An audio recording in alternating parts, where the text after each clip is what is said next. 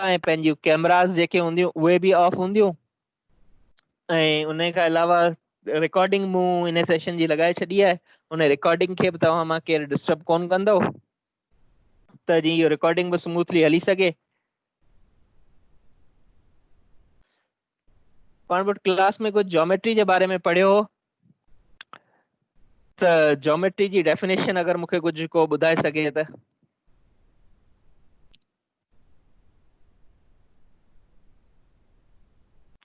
पुट तव्हां मां केरु मूंखे ज्योमेट्री जी डेफिनेशन ॿुधाईंदो?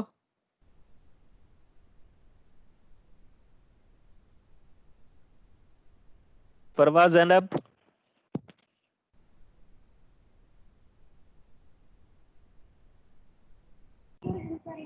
न सर ये तो याद कोने।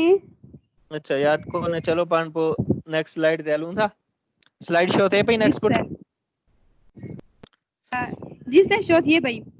शो थे पई ने ज्योमेट्री जी डेफिनेशन थोड़ा पुट रीड आउट करियो भला तव्हां, पढ़ी ॿुधायो।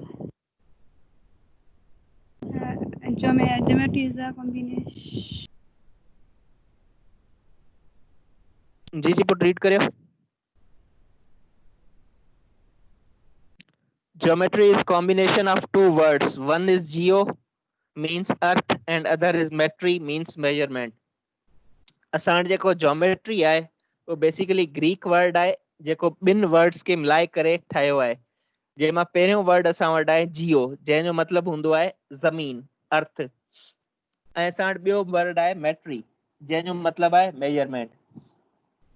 बेसिकली ज्योमेट्री में थींदो छा आहे त असां जेके अर्थ जा शेप आहिनि, हाणे ज़मीन पंहिंजी कुदरती आहे त उन ते डिफरेंट क़िस्म जा शेप्स अचनि था, उन जी जेके मेजरमेंट कंदा आहियूं उन ब्रांच खे असां चवंदा आहियूं ज्योमेट्री।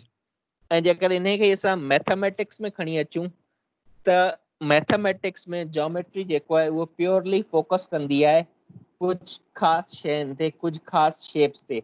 जीअं पहिरीं मूं ॻाल्हि कई शेप्स जी, त असांजो जेको घर वग़ैरह ठहियलु हूंदो आहे या का बि असां स्ट्रक्चर ठाहींदा आहियूं त उन जो को न को शेप हूंदो आहे। जीअं पंहिंजे कमरे जो शेप चोरस हूंदो आहे त इहो हिकिड़ो ज्योमेट्रिक शेप आहे।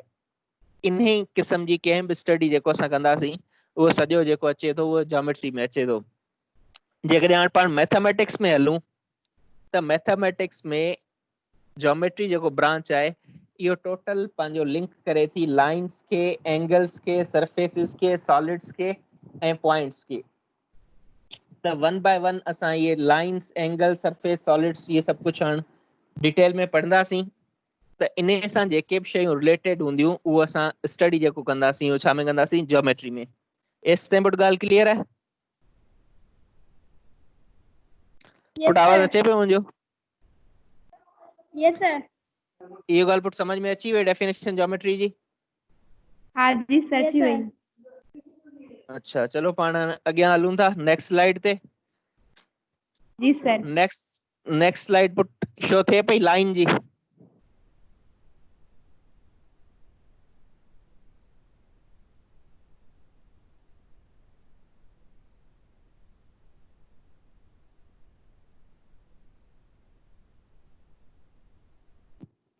हलो पुट थर्ड स्लाइड लाइन जी शो थिए पई?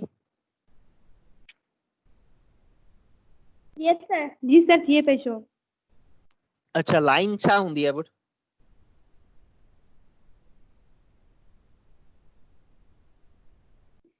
सर लाइन उहा हूंदी आहे सर पॉइंट जेके पाण में मिली हिकु लाइन ठाहींदा आहिनि। अच्छा वेरी गुड। त जेके पॉइंट्स पाण में कंबाइन थी करे हिकिड़े ई डायमेंशन ते जेको कंबाइन घणा पॉइंट थी वेंदा आहिनि त उहो असां वटि छा थी वेंदी आहे? लाइन। हाणे पुट जेकॾहिं ज्योमेट्री में जेकॾहिं असां पाण सिर्फ़ु हिकिड़ी लाइन खे ॾिसूं त लाइन जेको आहे हिकिड़ी वन डायमेंशनल फिगर आहे। फिगर माने को बि तव्हांजी तस्वीर हूंदी आहे या को तव्हां ड्रा कंदा आहियो उनखे असां फिगर चवंदा आहियूं। हाणे वन डायमेंशनल फिगर डायमेंशन्स तव्हांखे ख़बर हूंदा आहिनि त 1, 2 ऐं 3 टे डायमेंशन 3D हूंदा आहिनि।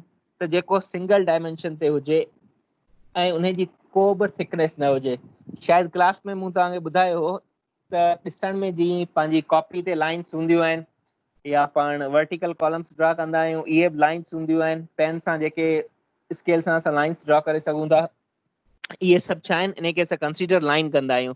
पर इन लाइंस के जॾहिं असां मैथमेटिक्स में खणी ईंदासीं त उते असां कंसीडर कंदासीं त उन जी जेको थिकनेस हूंदी उहो छा थी वेंदी, 0 थी वेंदी। त माने असां उन जी थिकनेस खे कंसीडर कोन था करे सघूं।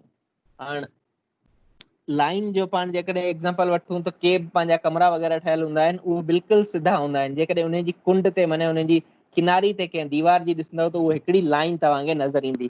त अहिड़े तरीक़े सां असां आम ज़िंदगी में लाइन खे उन तरीक़े सां खणी सघूं था। ऐं जेकॾहिं असां मैथमेटिक्स में ईंदासीं त ज्योमेट्री में लाइन जेको आहे उन जी को बि थिकनेस कोन हूंदी आहे ऐं उहो हमेशह इनफाइनाइट लेंथ जी हूंदी आहे। जॾहिं पाण यूज़ कंदासीं वर्ड लाइन जो त उन में पाण इहो सम्झंदासीं त जेको लाइन असां हिते ॿुधायूं पिया उहो जेको आहे उन जी लेंथ जेको आहे उहो तमामु वॾी आहे, उहो कॾहिं बि खुटंदड़ कोन्हे, उहो इनफाइनाइट आहे। इहो ॻाल्हि पुट समझ में अची वई लाइन जी?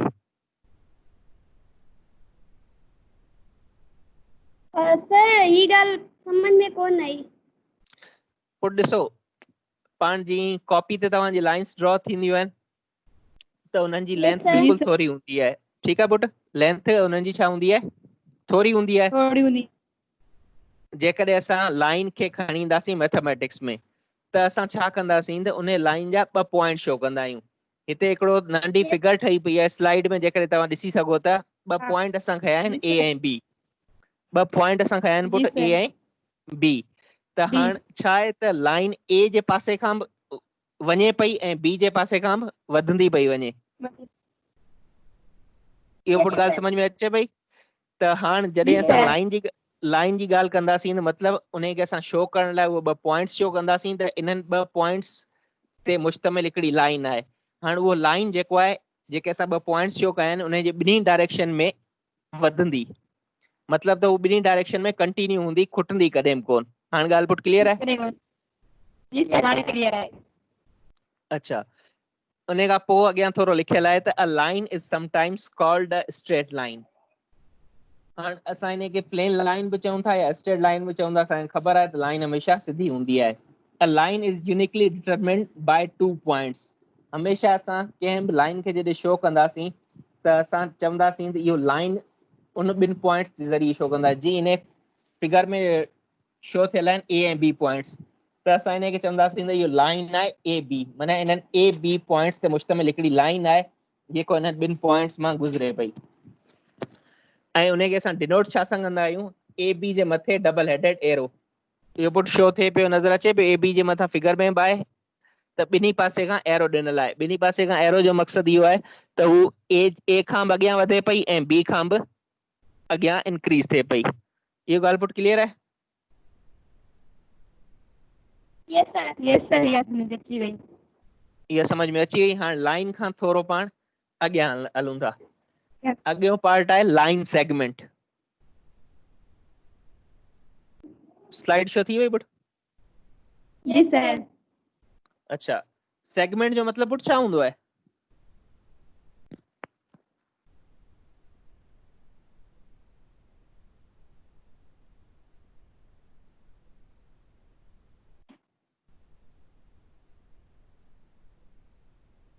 ज़ैनब, सेगमेंट जो मतलब छा हूंदो आहे पुट?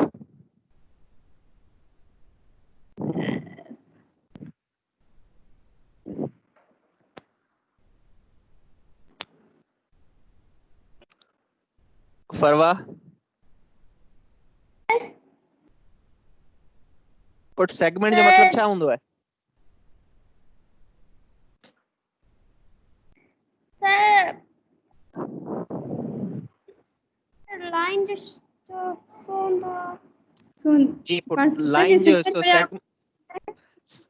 सेगमेंट जो मतलब लफ्ज असां ज्योमेट्री के छॾे करे कंहिं बि चवंदा आहियूं त सेगमेंट आहे। सेगमेंट मतलब उन जो को हिस्सो आहे। सेगमेंट जो मतलब छा हूंदो आहे? नंढो हिस्सो। या ईअं चऊं सेगमेंट जो मतलब हूंदो आहे सेगमेंट मीन्स पार्ट। हाँ, लाइन सेगमेंट मतलब त कंहिं लाइन जो को हिस्सो, कंहिं लाइन जो को हिस्सो, त उन खे असां चवंदासीं लाइन सेगमेंट। हाणे पहिरीं मूं तव्हांखे मिसाल ॾिनो त जीअं तव्हां कंहिं कमरे जी कुंड ॾिसंदव या ॿाहिरां जिते दीवार मिले थी उते किनारी ॾिसंदव या तव्हांजा दरी आहे, दरवाज़ा आहिनि, उन्हनि जी जेकॾहिं तव्हां को किनारी ॾिसंदव त उन ते ईअं सम्झो त लाइन आहे। इहो पुट ॻाल्हि समझ में अचे पई?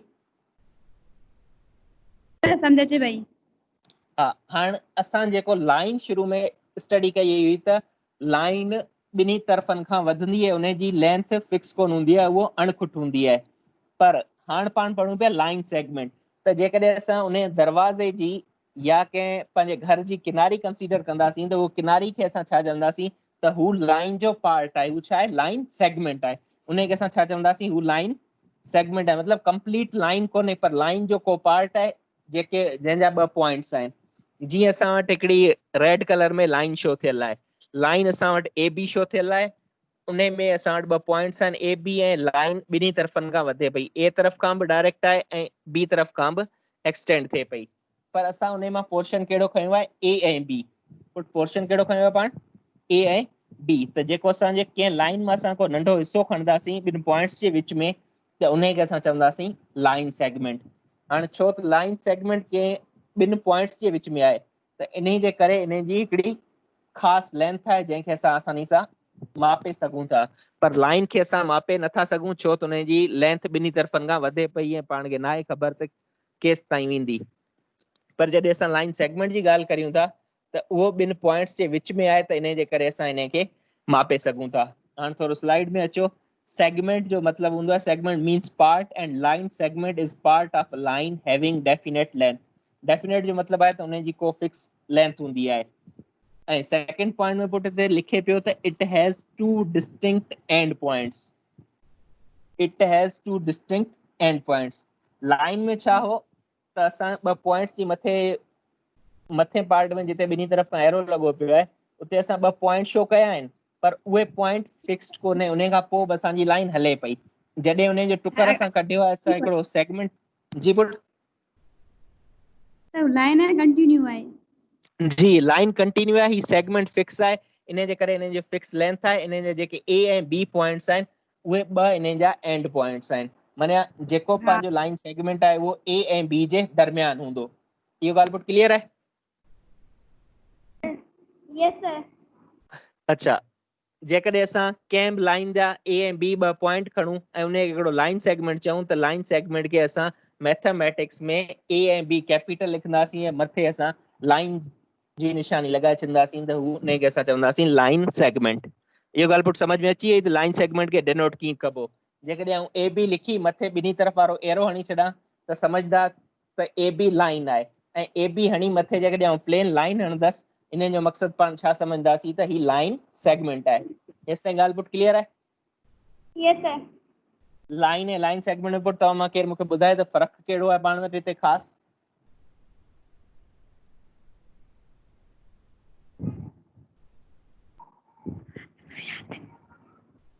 पुट सर लाइन ऐं लाइन जी जी लाइन सेगमेंट सर हिकु 2 पॉइंट पाण लगाईंदासीं जी ए एंड बी। सर जी ए सर उनमां थोरो वधियल हूंदो त उहा लाइन सेगमेंट आहे त एरो जेकॾहिं पाण पुट वधियल हूंदो त उहो लाइन आहे, ऐं जेकॾहिं वधियल न आहे सिर्फ़ु ए बी खे ई असां कंसीडर करियूं त उहो लाइन सेगमेंट आहे। हाणे पाण वटि फ़र्क़ु पुट छा थी वियो त जेको लाइन सेगमेंट हूंदो आहे उन जी लेंथ फिक्स हूंदी आहे। जी जी पुट ज़रा ॿुधायो। सर जे वधे पई न कंटिन्यू है वो लाइन है अने 2 जी जी पॉइंट विच में शाबाश, है हुआ सेगमेंट आहे। वो उन जो लाइन सेगमेंट आहे। लाइन सेगमेंट जी असां डेफिनेट लेंथ हूंदी आहे ऐं लाइन जी को बि लेंथ कोन हूंदी आहे। लाइन सेगमेंट जा एंड पॉइंट हूंदा आहिनि ऐं लाइन जा एंड पॉइंट कोन हूंदा आहिनि, छो त हू हले पई कंटिन्यू आहे, इन जे करे को उन जो छोर कोन्हे, उन जो को आख़िर कोन्हे। जी सर। इहो ॻाल्हि पुट हेसि ताईं क्लियर आहे? जी सर से क्लियर है। अच्छा, वेरी गुड। नेक्स्ट स्लाइड ते हलूं पुट। यस सर।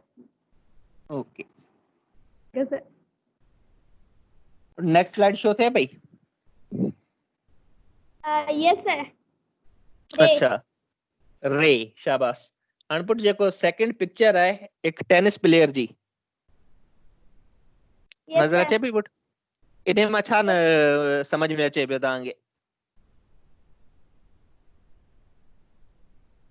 सर इन मतलब जो पॉइंट है उन जेका अॻिते हले पियो एंड पॉइंट आहे कोन। शाबाश पुट, वेरी गुड, वेरी शाबाश ज़ैनब। त टेनिस प्लेयर छा पियो करे त बॉल खे हिकिड़े पॉइंट ते हिट करे पियो। बॉल खे हिकिड़े पॉइंट ते पुट हिट कंदो ऐं हू स्ट्रेट लाइन में अॻियां वञे पियो, उन जेको नेक्स्ट पॉइंट आहे उहो असांखे ख़बर कोन्हे, उतां खां हू छा आहे, कंटिन्यू आहे। इहो ॻाल्हि समझ में अचे पई फरवा? यस सर। अच्छा, हाणे थोरो इन जी पाण डेफिनेशन ॾिसूं था त a ray is part of a line having straight point but no end point, starting point. हाणे छो त टेनिस प्लेयर जिते बॉल खे हिट कंदो उहो बॉल जो छा थींदो, स्टार्टिंग पॉइंट, उहो बॉल जो पुट छा थींदो, स्टार्टिंग पॉइंट। स्टार्टिंग हाणे रे जो हिकिड़ो स्टार्टिंग पॉइंट हूंदो आहे पर उन जो एंड पॉइंट कोन हूंदो आहे। हाणे थोरो इन ॻाल्हि ते गौर कजो त लाइन में ॿिन्ही पासे खां जेको आहे ॿिन्ही पॉइंटनि खां एक्सटेंड थिए पई, पर रे में हिकिड़ो पॉइंट फिक्स आहे ऐं ॿिए पॉइंट जेको असां रे चवंदासीं त ॿिए पॉइंट खां उहो लाइन कंटिन्यू हूंदी। ॿिए पॉइंट खां उहो लाइन छा हूंदी पुट, कंटिन्यू। उनजो मतिलबु स्टार्टिंग पॉइंट त आहे पर उनजो एंड पॉइंट कोन्हे। माने हाणे हिकिड़ो सवाल मूंखे इन जो जवाबु ॾियो त छा रे जी लेंथ फिक्स हूंदी या इनफाइनाइट हूंदी? सर फिक्स कोन हूंदी, कंटिन्यू आहे न। वेरी गुड, शाबाश ज़ैनब। छो त लाइन रे फिक्स कोन्हे, हिकिड़ो पॉइंट खां कंटिन्यू आहे, इन जो मक़सदु आहे त उन जी लेंथ जेको हूंदी पाण उनखे मेजर नथा करे सघूं, उहो इनफाइनाइट हूंदी। एंड सेकंड पॉइंट में असां वटि ॻाल्हि करे पियो त ray goes to infinity in one direction, हिकिड़े डायरेक्शन में उहो इंफिनिटी ॾांहुं वञे पियो, माना का ख़बर कोन्हे केॾांहुं में वञे, ऐं बाक़ी जेको हिकिड़ो पॉइंट आहे उहो फिक्स आहे पंहिंजो, जंहिंजी पाण खे ख़बर आहे त हितां खां रे स्टार्ट थियो पर एंड किथे वञी थींदो उहो असांखे ख़बर कोन्हे। अच्छा, शाबाश।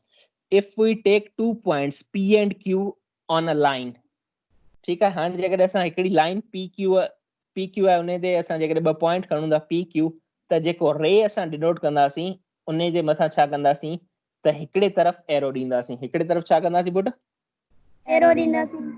एरो ॾींदासीं। छो त असांजो हिकिड़े तरफ़ खां लाइन कंटिन्यू आहे, लाइन ते असां ॿ तरफ़ां खां एरो ॾियूं था छो त ॿिन्ही तरफ़नि खां कंटिन्यू आहे, ऐं लाइन सेगमेंट ते असां कंहिं बि तरफ़ एरो कोन था ॾियूं छो त उहो फिक्स आहे। इहो ॻाल्हि पुट क्लियर आहे? यस सर। अच्छा, वेरी गुड। एसि ताईं को पुट सवाल हुजे तव्हांजो मूंखां पुछो भले। सर ही जेको लास्ट वारो जेको पॉइंट आहे न, जी जी सर ही थोड़ो समझ में कोन आयो। अच्छा, हाणे थोरो पुट गौर करियो त पाण स्लाइड थोरी बैक करियूं था। पुट सेकंड स्लाइड ते पुॼी वियासीं पाण? जी सर, जी सर। अच्छा, थर्ड ते अचूं था पाण। पुट थर्ड स्लाइड शो थिए पई? जी सर। अच्छा, हाणे थोरो इन फिगर ते गौर कजो त पाण हिते ॿ पॉइंट खया आहिनि A ऐं B लाइन ते। जी सर। ठीकु आहे पुट। हाणे असां रे में छा करियूं था, असां हिकिड़ो स्टार्टिंग पॉइंट खणूं था A ऐं B खां पोइ लाइन कंटिन्यू करूं था। A खां इन तरफ़ वारी लाइन असां कोन था खणूं, इन तरफ़ वारी लाइन असां पुट कोन था खणूं। त हाणे जेको A ऐं B पार्ट पंहिंजो थींदो उनखे हिकिड़े तरफ़ खां असां एरो ॾींदासीं त इन लाइन जो जेको AB पार्ट थींदो उनखे पाण छा चवंदासीं, रे चवंदासीं। हाणे पुट ॻाल्हि क्लियर आहे? पर भाई ई ॻाल्हि समझ में अची वई? यस सर, समझ में अची वई। त हाणे हुन फिगर में असां छा था करियूं त असां रे में खणूं पिया PQ पॉइंट।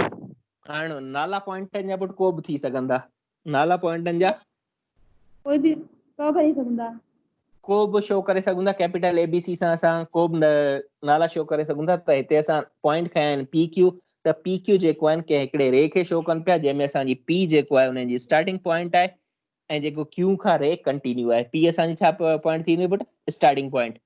हाणे जेको तव्हां टेनिस प्लेयर जी फिगर पई आहे उते जेॾी महिल उन बॉल खे हिट करे पियो, जेको हिट कंदो उन जी छा हूंदी पुट, स्टार्टिंग पॉइंट। ऐं मिसाल हा, टेनिस जे विच में पुट, टेनिस जे विच में पाण वटि छा नेट लॻल हूंदी आहे, ख़बर आहे पुट?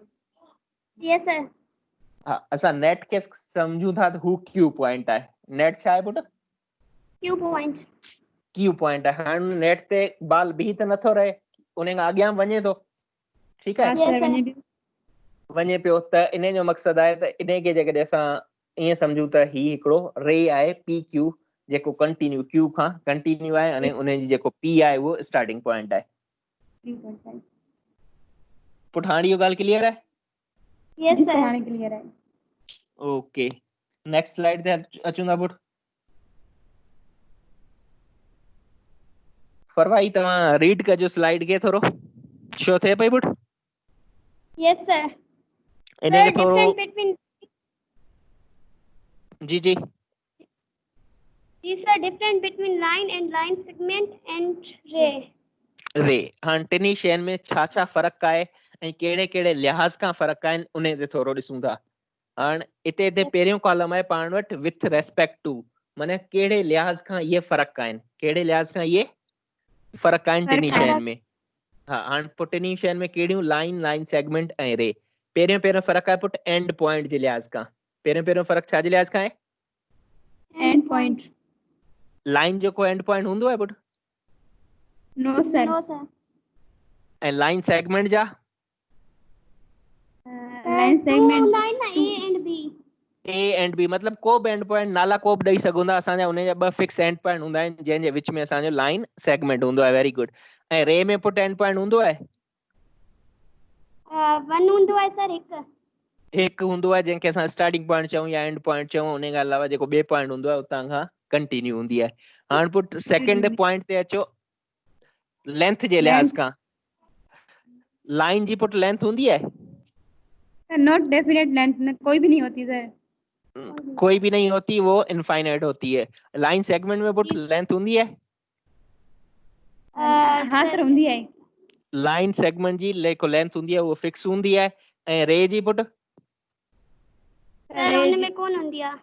रे में भी इनफाइनाइट होती है छो त हिकिड़े तरफ़ खां वो कंटिन्यू होंदो है इहो ॻाल्हि पुट समझ में अची वई जी सर Yes, sir. अच्छा ऐं टी जेको फ़र्क़ु आहे उहो सिंबल में आहे लाइन जो सिंबल छा हूंदो आहे पुट ए बी जे मथां छा छा ॾींदासीं सर एरो. न सर कुछ भी कोन ईंदासीं ॿिन्ही तरफ़नि खां एरो पुट हिते थोरी मिस्टेक आहे हिन स्लाइड में त पाण स्टार्टिंग वारी स्लाइड में छा कयो त ए बी जे मथां ॿिन्ही तरफ़नि खां असां छा ॾिनो एरो ॾिनो ऐं लाइन सेगमेंट में पुट ए बी जे मथां छा ॾींदासीं खाली लाइन ठली लाइन शाबाश ऐं रे जे मथां पुट हिकिड़ो पासे रहंदासीं असां हिकु पासे खां हिकिड़े कंटिन्यू पासे हूंदो. खां कंटिन्यू हूंदो उन तरफ़ असां एरो ॾींदासीं एसि ताईं पुट को ॻाल्हि हुजे जेको पुछणी हुजे तव्हांखे को सवाल हुजे तव्हांजो नो सर समझ में अचे. समझ में अचे पियो पुट जी जी कोने जी पुट गज़ल लाइन ते कोने सर गज़ल पुट कोने शायद लीव करे वई अलाए छो हींअर 4th अटेंडी आयो आहे केरु ॾिसां थो हिकिड़ो मिंट केरु आहे पुट गज़ल लाइन ते सही सही गज़ल पुट ॿुधो पिया पुट नेक्स्ट स्लाइड ते पाण हलूं था जी सर वर्टिकल ऐं हॉरिजॉन्टल लाइंस पुट ये थोरो इन खे रीड कजो ज़ैनब सर समझ कोन आहे शो कोन थी. हाँ सर हाँ जी वही थी वई पुट फरवा तव्हां वटि थी वई And horizontal line. Vertical and horizontal lines हाणे पुट तव्हां कॉपी ते कॉलम कढंदा आहियो वर्टिकल लाइंस कढंदा आहियो जी पंहिंजो टेबल ठहियल हो टेबल ठाहींदा आहियो Yes, हाँ sir. सर ठाहींदा आहियूं ठाहींदा आहियूं त उन में हिकिड़ी जेको लाइन अक्रॉस हूंदी आहे पेज जे अक्रॉस राइट खां लेफ्ट तरफ़ हूंदी आहे उन खे असां छा चवंदा आहियूं हॉरिजॉन्टल लाइन ऐं जेको टॉप खां बॉटम जी तरफ़ ईंदी आहे जंहिंमें जीअं असांजो टेबल ठहे थो उन खे असां छा चवंदासीं वर्टिकल लाइन Vertical line. ये बोर्ड ॻाल्हि समझ में अचे पई फिगर्स मां ई मुंहिंजी शक में ॻाल्हि क्लियर हूंदी त जेको हॉरिजॉन्टल लाइन आहे उहो सीधी सीधी आहे माना पेज जे अक्रॉस आहे राइट खां लेफ्ट जी पेज ते लाइनूं कढियल हूंदियूं आहिनि ऐं वर्टिकल लाइन जेको पाण हाशी ॾींदा आहियूं उहा असांजी छा थी वेंदी Vertical line. वर्टिकल लाइन हाणे थोरो हिन खे असां रीड करे छॾूं था त a line which runs up and down the page is called a vertical line जेको मथां खां हेठि अचे उन लाइन खे असां वर्टिकल लाइन चवंदासीं ऐं जेको राइट खां लेफ्ट या लेफ्ट खां राइट ॾांहुं वञे त उन खे असां लाइन खे छा चवंदासीं हॉरिजॉन्टल लाइन इहो ॻाल्हि पुट क्लियर आहे हॉरिजॉन्टल लाइन Yes, sir. अॻियां हलूं Yes, sir. अच्छा पुट नेक्स्ट स्लाइड शो थिए पई Yes, sir. हाँ सर अच्छा नेक्स्ट स्लाइड जो टाइटल है पंहिंजो mid point of a line segment mid point of a Yes, sir. Line line segment. Line segment but mid point छा हूंदो आहे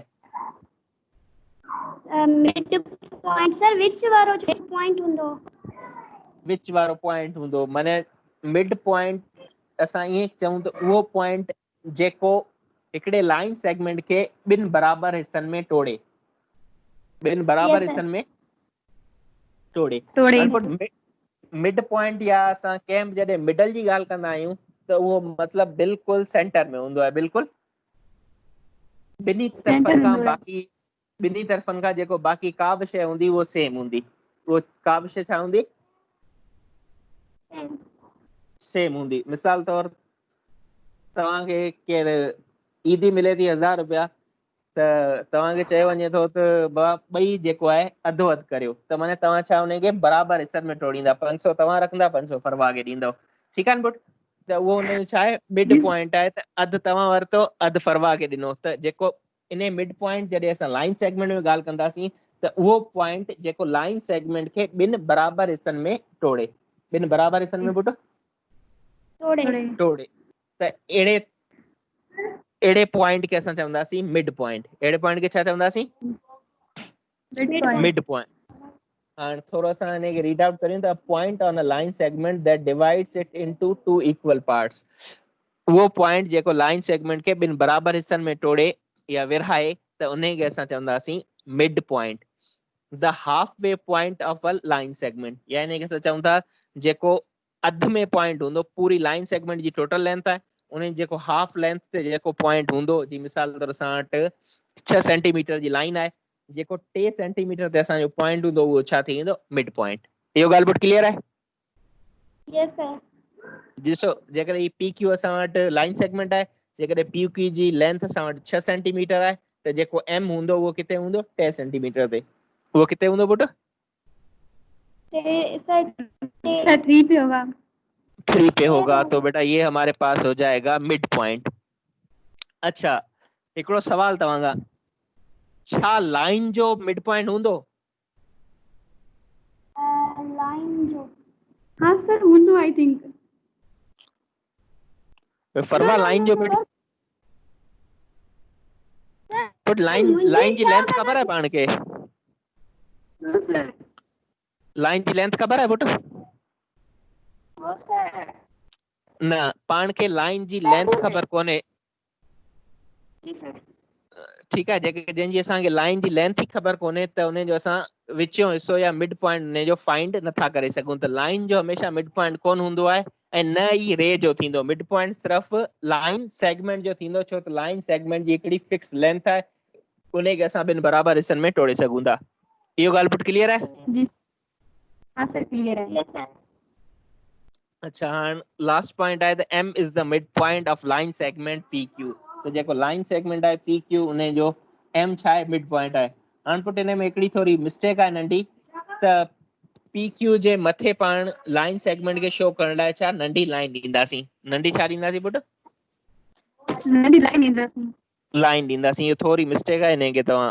थोरो ज़हन में रखो हाँ सर एसि ताईं पुट ॻाल्हि क्लियर आहे हाँ सर क्लियर है अच्छा को सवाल पुट सर फर्स्ट सर थोड़ा समझाएं sir first point sir video अच्छा पॉइंट अच्छा a point on a line segment that divides it into two equal parts इहो पुट हाँ सर अच्छा ॾिसो हिन जो मक़सदु सादो से जेको मूं सवली ज़बान में चयो त उहो पॉइंट जेको हिकु लाइन सेगमेंट खे ॿिनि हिस्सनि में विरहाए मिसाल तौर ही जे 6 सेंटीमीटर जी आहे त 2 सेंटीमीटर ते जेको पॉइंट हूंदो मतिलबु 2 सेंटीमीटर जो पॉइंट हूंदो उहो इन लाइन सेगमेंट खे ॿिनि बराबर हिस्सनि में टोड़ींदो ॿिनि बराबर हिस्सनि में विरहाईंदो त उन पॉइंट खे असां मिड पॉइंट चऊं था यानी मिड पॉइंट उहो पॉइंट आहे on a line segment that divides it into two equal parts जेको उन खे ॿिनि बराबर हिस्सनि में विरहाए त उन खे असां छा चवंदासीं मिड पॉइंट इहो पुट ॻाल्हि क्लियर आहे जी सर अच्छा अॻी स्लाइड ते हलूं पुट जी यस सर सर ये क्या करना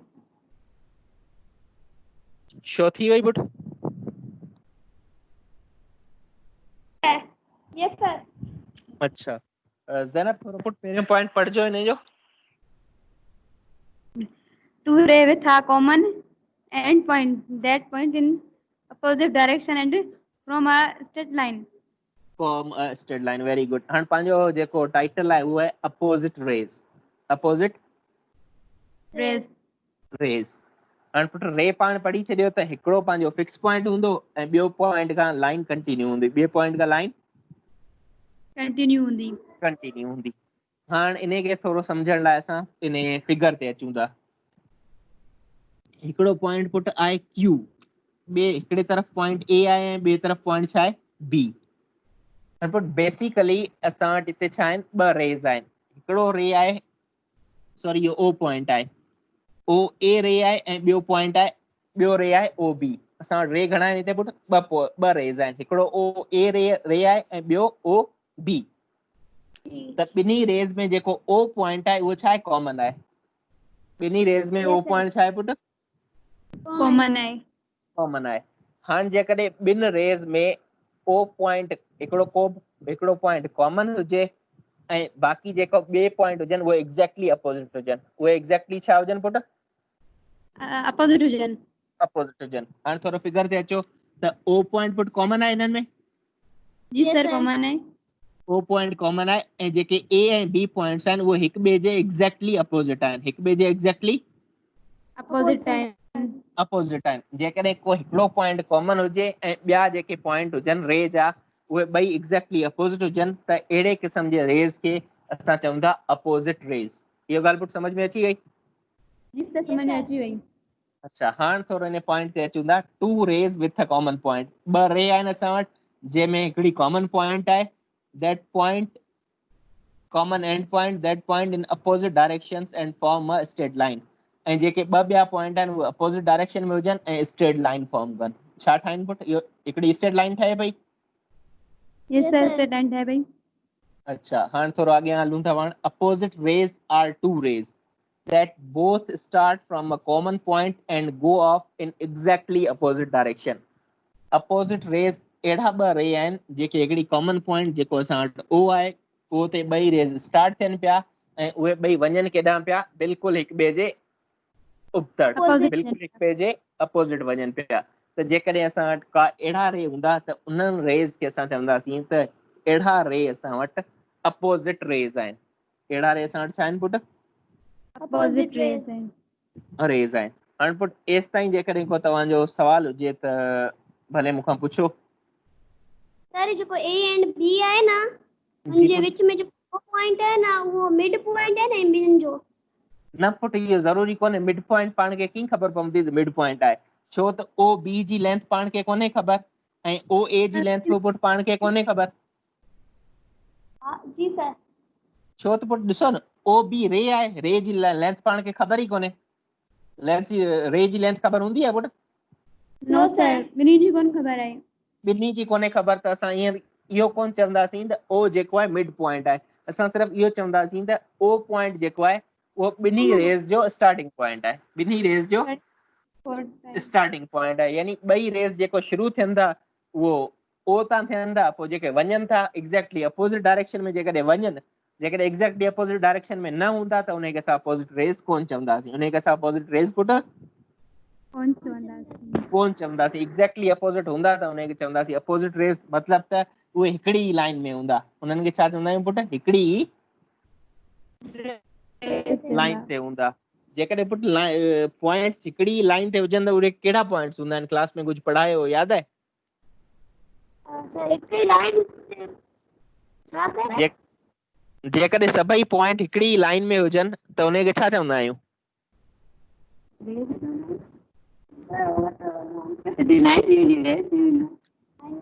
लाइन त पुट थींदी, पर अहिड़नि पॉइंट्स खे छा चवंदा आहियूं? जेके हिकिड़ी लाइन ते सभु पॉइंट हूंदा आहिनि उन्हनि पॉइंट्स खे छा चवंदा आहियूं? सर याद नहीं है। कोलिनियर जो लफ्ज़ याद है पुट? कोलिनियर। हाँ सर कोलिनियर, कोलिनियर पॉइंट। हा, अहिड़ा पॉइंट जेके हिकिड़ी लाइन ते हुजनि त उनखे असां छा चवंदासीं? Collinear points. हाणे जेकॾहिं इनखे पुट साॻी पाण 10th जी मैथमेटिक्स में थोरो खणी अचूं त अपोजिट रेज़ खे पाण छा डिफाइन कयो? जेकॾहिं अहिड़ा रेज़ जिन जा सभई पॉइंट कोलिनियर हुजनि, सभई पॉइंट कोलिनियर हुजन ऐं डायरेक्शन अपोजिट हुजे त अहिड़नि रेज़ खे असां अपोजिट रेज़ चऊं था। हाणे अपोजिट रेज़ खे असां इन शक्ल में बि चई सघूं था। हाणे पुट ॻाल्हि क्लियर थी वई हूंदी? हा सर क्लियर थी वई। एसि ताईं पुट ॻाल्हि क्लियर आहे? यस सर। हाणे पुट थोरो होमवर्क ॾांहुं हलूं? हाँ जी सर। अच्छा हाणे लास्ट स्लाइड तव्हांजो आहे होमवर्क। शो थी वई पुट? हाँ यस सर। सर। छा आहे? Geometry box. ज्योमेट्री बॉक्स जी फिगर बि आहे पुट? जी सर। कहिड़ियूं कहिड़ियूं शयूं पियूं आहिनि तव्हांजे अॻियां? सर ज्योमेट्री पे है sir pencil, eraser, scale and protractor, protector, set squares. Set squares ऐं ॿियो कंपास पिया आहिनि। ॿिनि क़िस्मनि जा कंपास आहिनि। हिकिड़े में पेंसिल हणूं था ऐं ॿिए में असां वटि सिर्फ़ु जेके आहिनि नीडल्स आहिनि। ठीकु आहे। हाणे इन में होमवर्क तव्हांजो इहो आहे त हाणे पहिरीं ॿिनि शयुनि जी ख़बर हूंदी तव्हांखे। पेंसिल जो यूज़ छा आहे पुट? सर लिखण लाइ कम ईंदी आहे। लिखण लाइ कंहिं शइ खे स्केच करण लाइ, को फिगर ठाहिण लाइ, लाइंस ठाहिण लाइ असां छा यूज़ कंदा आहियूं? Pencil. Eraser put?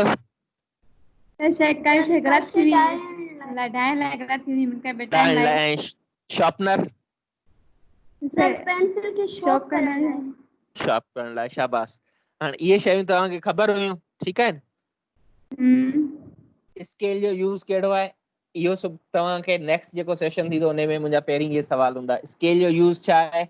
Pair of compasses. हाणे ॿिन्ही कंपासिस जा यूज़ेस छा आहिनि? ॿिन्ही कंपासिस जा यूज़ेस छा आहिनि? माना इन्हनि जो इस्तेमालु छा आहे? इहो तव्हांखे थोरो नेट तां या कंहिं किताब मां ॾिसणो आहे।